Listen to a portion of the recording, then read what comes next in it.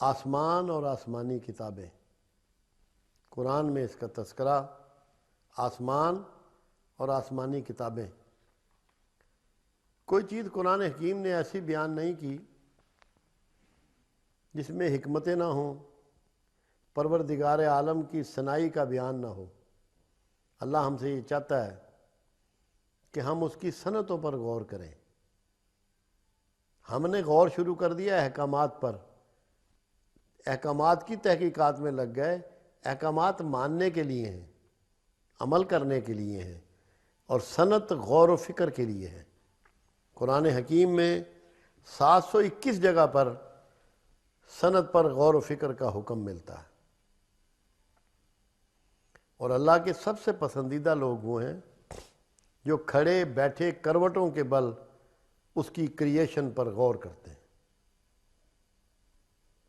غور سے کرنے والوں نے آج سائنس کی مختلف چیزیں ایجاد کی ہیں، دنیا کو نئے رنگ اور نئے انگ دیے ہیں، نئی چیزیں دی ہیں، زیر استعمال ہیں۔ انسان ان سے بے شمار فیوز اٹھا رہا ہے۔ اس لیے آسمان اور آسمانی کتابیں یہ سب اس کی دی ہوئی چیزیں ہیں، اس کی پیداوار ہے۔ اس میں بھید ہیں،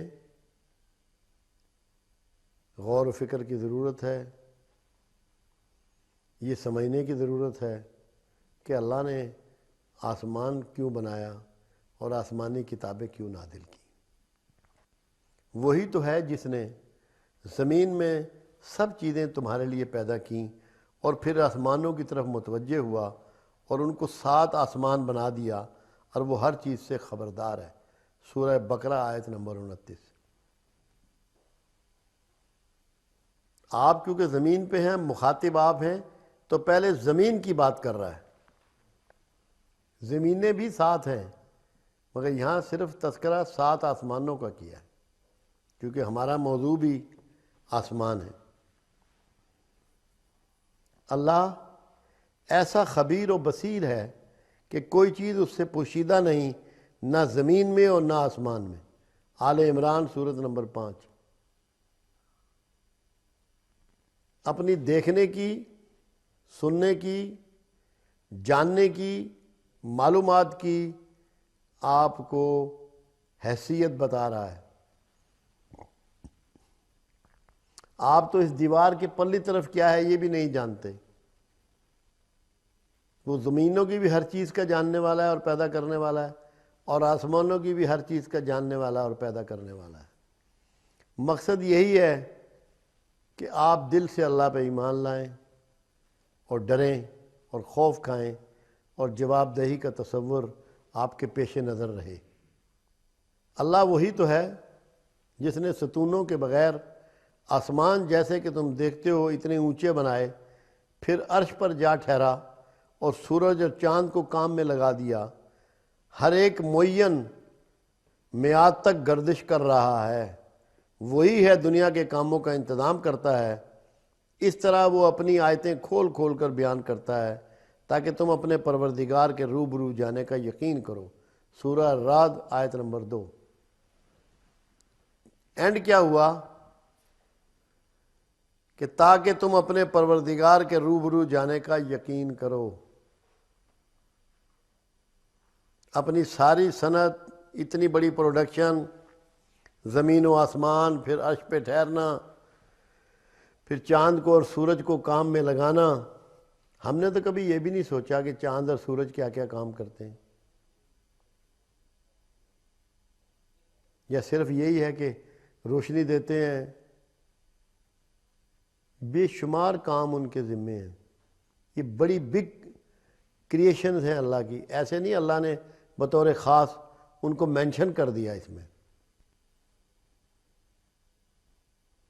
دونوں کے اپنے اپنے فنکشن ہیں، اور کائنات میں ویسے تو ہر چیز کا کوئی نہ کوئی فنکشن ہے، مگر چاند اور سورج کا بطور خاص اللہ نے ذکر کیا، کیونکہ یہ وہ چیز ہے جو پوری کائنات کا ہر انسان اس کو دیکھتا ہے، اس کو فیس کرتا ہے۔ ایک شخص میرے پاس ایک بار آیا، تو جب وہ چاند نکلتا تھا تو اس کو سر میں درد ہو جاتا تھا۔ اور چاند غروب ہو جانا تو اس کے سر کا درد ٹھیک ہو جانا۔ میں نے کہا بات یہ ہے بیٹا کہ چاند جو ہے وہ پانی کو کنٹرول کرتا ہے، پانی کو کنٹرول کرتا ہے۔ ہمارے جسم میں 60% پانی ہے۔ میں نے کہا تیرے جسم میں پانی زیادہ ہے، اس سے اس دباؤ جب بڑھتا ہے، جب چاند نکلتا ہے تو پانی سے تیرے سر میں درد ہو جاتا ہے، وہ پانی کا لیول تمہارا بڑھ جاتا ہے، اور جب چاند غروب ہو جاتا ہے تو کم ہو جاتا ہے۔ تو پھر میں نے اس کو ٹریٹمنٹ دیا۔ یہ بہت سے لوگوں کو اس وقت یہ بات سمجھ میں نہیں آئی تھی۔ تو آپ کی جتنی مد و جزر ہے یہ سارا چاند گرپ کرتا ہے، چاند کنٹرول کرتا ہے۔ یہی طرح سورج آپ کی فصلیں پکاتا ہے، سمندروں اور دریاؤں سے پانی کو اڑاتا ہے، آپ کو روشنی دیتا ہے، حرارت دیتا ہے، راستے دیتا ہے، انرجی اور قوت دیتا ہے، خوف کو دور کرتا ہے۔ سورج کے اپنے فنکشن ہیں، چاند کے اپنے فنکشن ہیں۔ قرآن نے تو چاند کے بارے میں کہا کہ یہ گھٹتا بڑھتا ہے جس سے تم اپنے چیزوں کا حساب لگاتے ہو، اور رات کو سفر میں یہ تمہیں رہنمائی دیتا ہے، راستے تلاش کرتے ہو اس سے، کیونکہ لوگ ریگستانوں میں چلا کرتے تھے، دن میں بہت گرمی ہوتی تھی تو رات کو سفر کیا کرتے تھے، چاند اور تاروں سے مدد لیا کرتے تھے اپنے راستوں کی۔ تو جب اللہ کسی اپنی کریشن کی بات کرتا ہے تو ہمیں غور و فکر کی دعوت دیتا ہے۔ آج جن لوگوں نے غور و فکر کیا انہوں نے بہت سی ایجادات کر لی، انسان کے فائدے کی بھی اور انسان کے نقصان کی بھی۔ بے شمار ہلاکت کے آلات بھی لوگوں نے بنا لیے، ہلاکت کے انداز بھی بنا لیے، مگر انسانی فائدے کی چیزیں بھی بنائیں، ادویات بھی ایجاد کی، طریقہ ڈائگنوزس بھی ایجاد کیے، طریقہ علاج دریافت کیے، اور بہت سی سائنسی ایجادات انتہائی فائدے کا باعث بھی بنی، تکلیف دہ بھی ہیں بہرحال۔ تو یہ تبھی ممکن ہوا کہ لوگوں نے اس کی کریشن پر غور و فکر کیا۔ جب اللہ آسمانوں کی بات کر رہا ہے تو وہ یہ چاہتا ہے کہ آپ یہ سیکھ لیں، غور و فکر سیکھیں اور دیکھیں کہ آسمانوں میں کیا کچھ ہے، اور ہے سب کچھ آپ کے لیے، بنایا سب آپ کے لیے، دولہا آپ ہیں اللہ کے، یہ سب آپ کی سروس کے لیے، خدمت کے لیے۔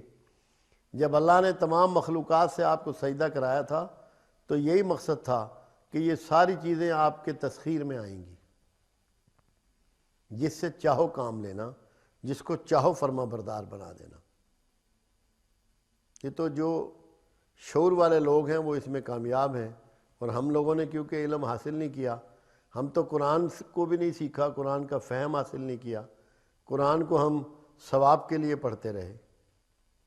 قرآن تو کتاب حکمت ہے، کتاب ہدایت ہے، کائنات کی تقدیر بدلنے کا نسخہ ہے۔